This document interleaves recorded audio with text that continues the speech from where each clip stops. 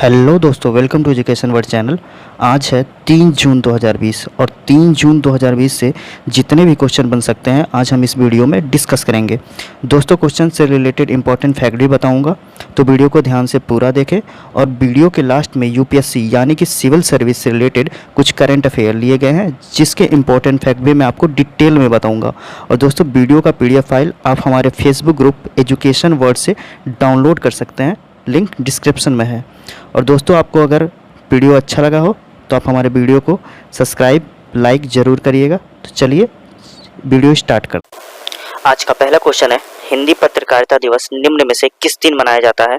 पहला ऑप्शन है 30 मई, दूसरा 5 जनवरी, तीसरा है 10 फरवरी और चौथा है 25 मार्च। तो इसका सही ऑप्शन होगा पहला, 30 मई को हिंदी पत्रकारिता दिवस मनाया गया। अब बात आ गई है हिंदी की, तो हिंदी 30 मई को पत्रकारिता दिवस मनाया गया और 30 मई को रविवार था। और रविवार की छुट्टी कैसे मिली इसके बारे में हम थोड़ा सा जान लेते हैं कि रविवार की छुट्टी का श्रेय नारायण मेघाजी लोखंडे को जाता है। दरअसल जब हमारे भारत पर अंग्रेजों का शासन था, उस टाइम मजदूरों को सप्ताह के 7 दिन काम करना पड़ता था। इससे कोई भी मजदूर अपने शरीर को आराम नहीं दे पाता था और ना ही अपने परिवार को समय दे पाता था। तो लोखंडे ब्रिटिश शासन के समय मजदूरों के नेता होते थे, तो इन्होंने मजदूरों के लिए ब्रिटिश सरकार के सामने एक दिन छुट्टी रखने का निवेदन किया, लेकिन ब्रिटिश सरकार ने नारायण मेघाजी लोखंडे का यह स्वीकार नहीं किया और इन्होंने 7 साल तक मजदूरों के साथ प्रदर्शन किया। और एक दिन 10 जून 1890 को इनका मेहनत रंग लाया और आदेश जारी किया गया कि सप्ताह के किसी एक दिन यानी रविवार को छुट्टी होने का निर्णय लिया गया। इसके साथ ही दोपहर के आधे घंटे की भी छुट्टी का आदेश जारी हुआ। तो आपको इस क्वेश्चन से इतनी सारी जानकारियां मिलती हैं। तो चलिए दोस्तों, इसमें आगे बढ़ते हैं। हाल ही में किस राज्य के बोडोलैंड विश्वविद्यालय के शोधकर्ताओं द्वारा एक फफूंद पाउडर तैयार किया है जो लोगों की रोग प्रतिरोधक क्षमता बढ़ाने में मददगार साबित हो सकता है? इसमें पहला ऑप्शन है बिहार, दूसरा तमिलनाडु, तीसरा है कर्नाटक और चौथा है असम। तो इसका जो सही ऑप्शन होगा चौथा होगा असम। असम इसका सही आंसर होगा।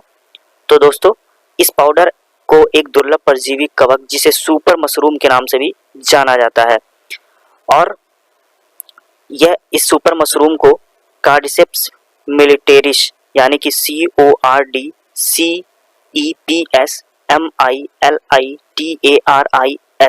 इसका यह इंग्लिश नाम होगा के नाम से जाना जाता है। सुपर मशरूम को 800 डिग्री सेल्सियस तापमान पर हिमशुष्कन प्रक्रिया द्वारा इस फफूंद पाउडर को प्राप्त किया गया।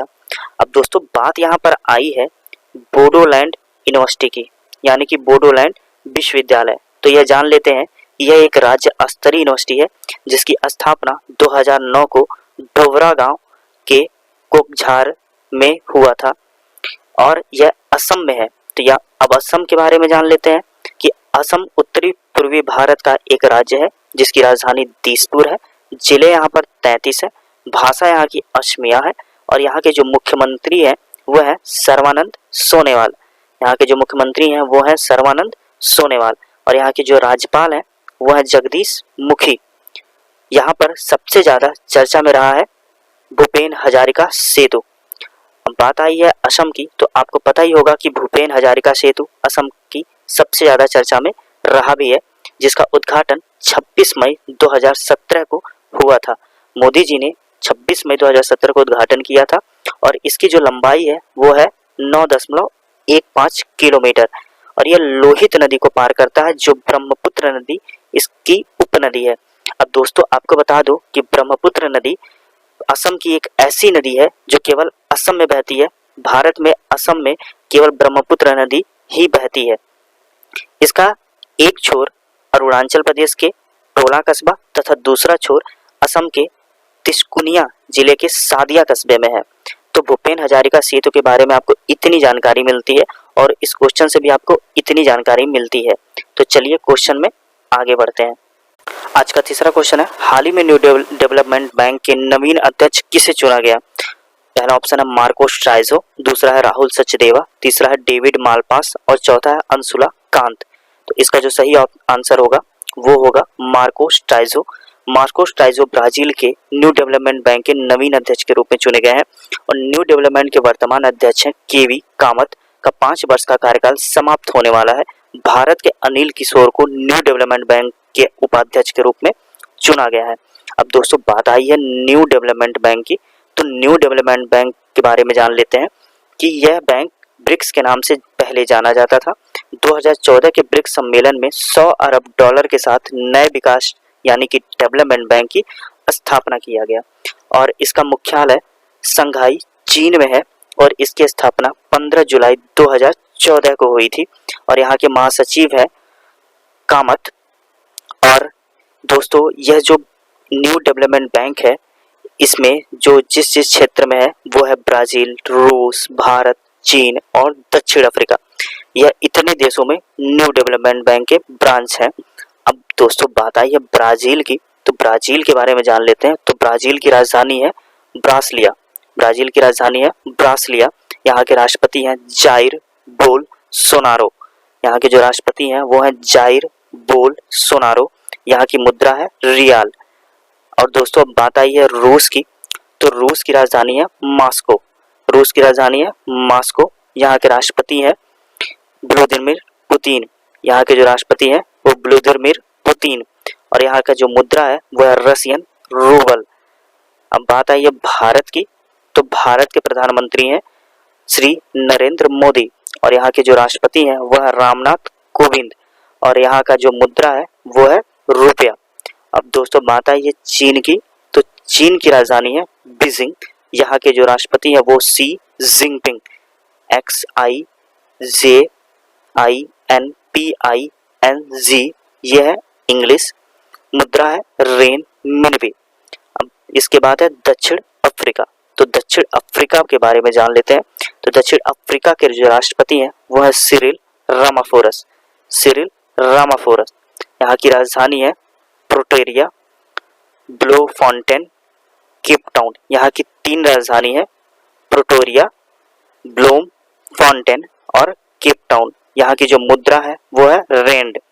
अब दोस्तों क्वेश्चन में आगे बढ़ते हैं। इस क्वेश्चन से आपको इतनी जानकारी मिलती है। हाल ही में एशियाई बैंक और भारत ने किस राज्य में सड़कों के सुधार के लिए 177 मिलियन डॉलर के ऋण पर हस्ताक्षर किया? जिसका पहला ऑप्शन है बिहार, दूसरा है पंजाब, तीसरा है महाराष्ट्र और चौथा है केरल। तो इसका सही ऑप्शन होगा महाराष्ट्र। तीसरा ऑप्शन सही होगा। एशिया विकास बैंक द्वारा इस ऋण की मदद से महाराष्ट्र के 2 प्रमुख जिलों की सड़कें 450 किलोमीटर के 11 राजमार्ग, राष्ट्रीय राजमार्ग, अंतरराष्ट्रीय सड़कें, बंदरगाह, हवाई अड्डे, जिला मुख्यालय, औद्योगिक क्षेत्र और कृषि क्षेत्र की सड़कों में सुधार किया जाएगा। राज्य के प्रमुख शहरी और कस्बों तक बेहतर आवागमन का विस्तार करना, जिसे विकास और आजीविका के अवसर में वृद्धि हो सके।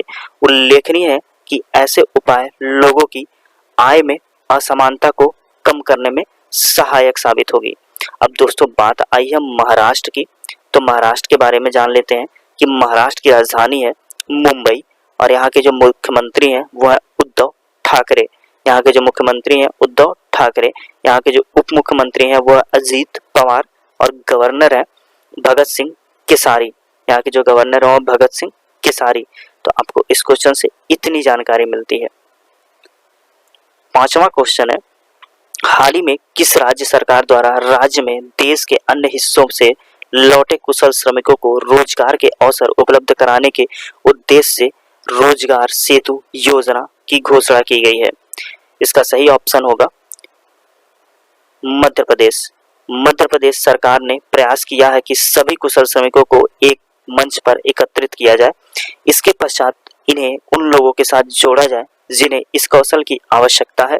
इस प्रकार राज्य सरकार श्रमिकों और नियोक्ताओं के बीच एक सेतु के रूप में कार्य करेगी ताकि दोनों को लाभ मिल सके और राज्य की अर्थव्यवस्था में भी सुधार हो सके।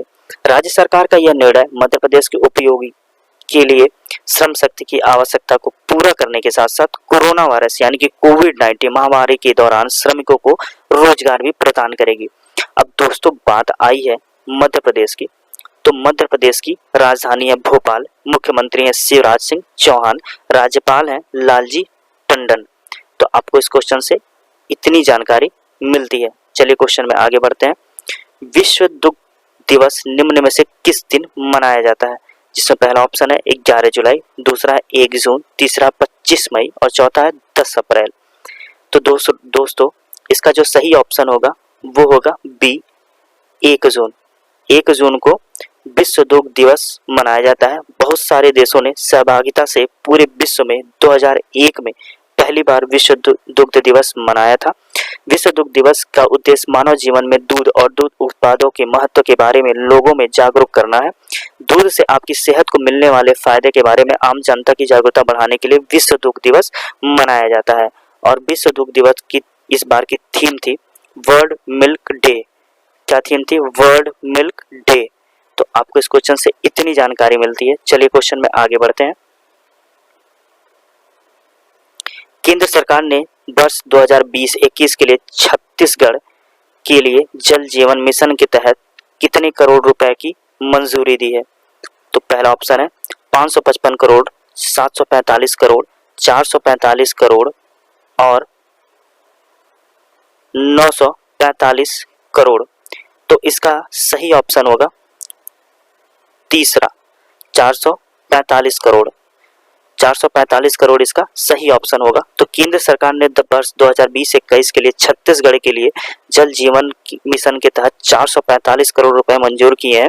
साल 2023 से 24 तक छत्तीसगढ़ राज्य के सभी घरों में नल का जल कनेक्शन प्रदान करने के लिए इस फंड का उपयोग किया जाएगा। सरकार के अनुसार राज्य में 45 लाख घर है, जिनमें से 20 लाख परिवारों को इस मिशन के तहत नल का जल कनेक्शन प्रदान किया जाएगा। अब दोस्तों बात आई है छत्तीसगढ़ की। तो छत्तीसगढ़ की राजधानी है रायपुर, मुख्यमंत्री हैं भूपेश बघेल। मुख्यमंत्री हैं भूपेश बघेल और यहाँ के गवर्नर है अनसुईया उइके। अनसुईया उइके। आपको इस क्वेश्चन से इतनी जानकारी मिलती है। चलिए क्वेश्चन में आगे बढ़ते हैं। 8वां क्वेश्चन है, भारतीय क्रिकेट कंट्रोल बोर्ड बीसीसीआई ने वर्ष 2020 के राजीव गांधी खेल रत्न पुरस्कार के लिए किस सलामी बल्लेबाज को नामांकित किया? तो बात आई है बीसीसीआई की। तो इसमें ऑप्शन देख लेते हैं। पहला ऑप्शन है रोहित शर्मा, दूसरा ऑप्शन है ईशांत शर्मा, तीसरा है शिखर धवन और चौथा है श्रेयस अय्यर। तो इसका जो सही ऑप्शन होगा वो होगा रोहित शर्मा। तो बीसीसीआई ने 2020 के राजीव गांधी खेल रत्न पुरस्कार के लिए रोहित शर्मा को नामांकित किया है। इसके अलावा बीसीसीआई ने अर्जुन पुरस्कार के लिए ईशांत शर्मा, शिखर धवन और दीप्ति शर्मा का नाम नामांकित किया है। रोहित शर्मा साल 2019 के विश्व कप में 5 शतक लगाने का करिश्मा दिखाया था, जिसमें राजीव गांधी खेल रत्न भी दिया जाने वाला सबसे बड़ा खेल रत्न पुरस्कार है। इस पुरस्कार को भारत के भूतपूर्व प्रधानमंत्री राजीव गांधी के नाम पर भी दिया जाता है। और दोस्तों बात आई है बीसीसीआई यानी कि भारतीय क्रिकेट कंट्रोल बोर्ड, इसका नाम आया है तो इसके बारे में हम जान लेते हैं। तो बीसीसीआई का पूरा नाम होता है भारतीय क्रिकेट नियंत्रण बोर्ड और इसका जो इंग्लिश में नाम होता है वो होता है board of control for cricket in India. Board of control for cricket in India. इसकी जो स्थापना हुई है वो है 1928 में और इसके जो अध्यक्ष हैं वो है सौरभ गांगुली। सौरभ गांगुली। इसके जो सचिव है वो है अमिताभ चौधरी और 1928 में तमिलनाडु सोसाइटी पंजीकरण अधिनियम द्वारा बीसीसीआई का गठन हुआ था। अब दोस्तों बात आई है राजीव गांधी खेल रत्न पुरस्कार की। तो इसके बारे में जान लेते हैं कि राजीव गांधी खेल रत्न पुरस्कार की स्थापना 1992 में हुआ था। दोस्तों पुरस्कार इसमें जो नगद दिया जाता है वो दिया जाता है 7,50,000।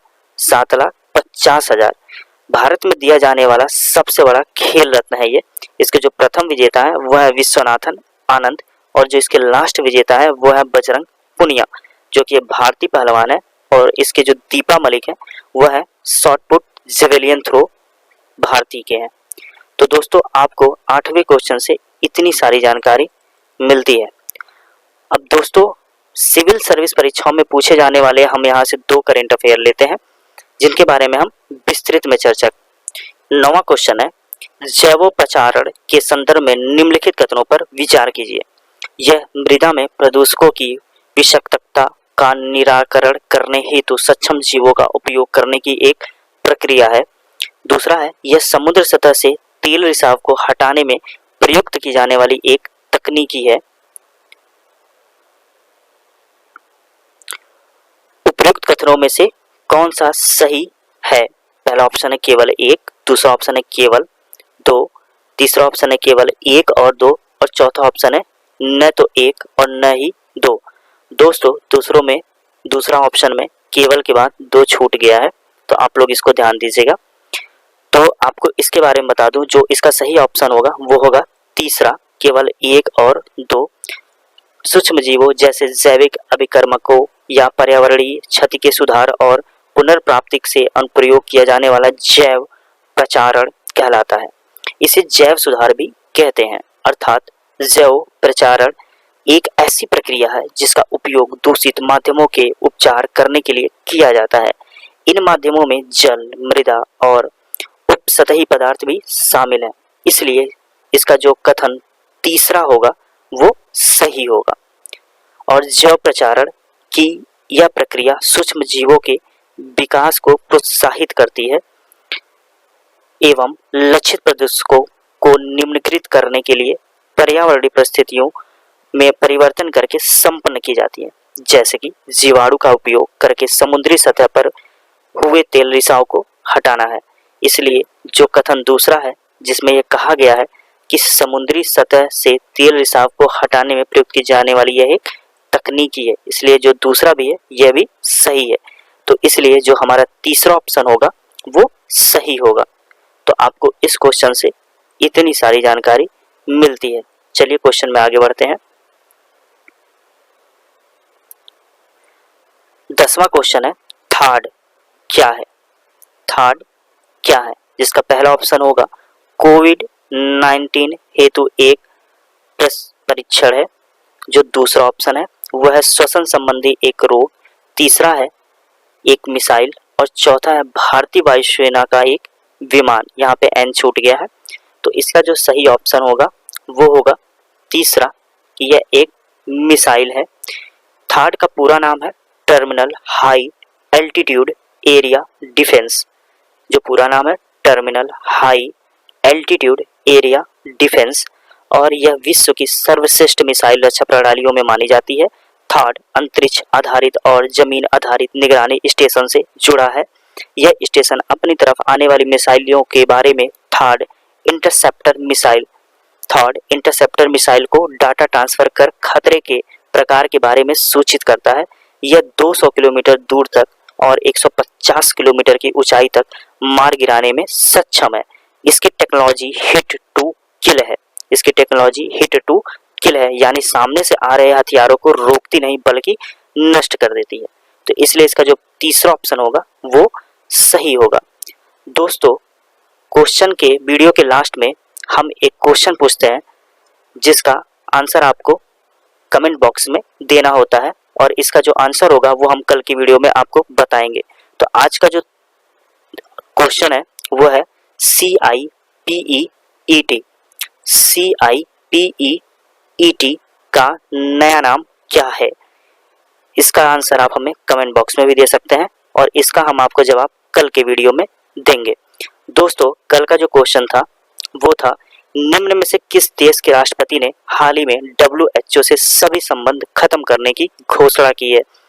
तो इसका जो सही आंसर होगा वो होगा अमेरिका। कोरोना महामारी से सबसे ज्यादा प्रभावित देश अमेरिका ने विश्व स्वास्थ्य संगठन यानी WHO वर्ल्ड हेल्थ ऑर्गेनाइजेशन से सारे संबंध को समाप्त कर दिया है। अमेरिका के राष्ट्रपति डोनाल्ड ट्रंप ने इसकी घोषणा करते हुए कहा कि WHO पूरी तरह से चीन के इशारे पर चल रहा है। WHO बदलाव की प्रक्रिया शुरू करने में नाकाम रहा है, और इसलिए हम विश्व स्वास्थ्य संगठन से अपने सारे संबंध खत्म कर रहे हैं। तो दोस्तों वीडियो के लास्ट में हम आपसे कहना चाहते हैं कि अगर आप हमें इस वीडियो का PDF डाउनलोड करना चाहते हैं तो आप हमें हमारे फेसबुक ग्रुप एजुकेशन वर्ड से भी PDF ग्रुप इसका डाउनलोड कर सकते हैं, और हमारे इंस्टाग्राम ID को आप फॉलो कर सकते हैं।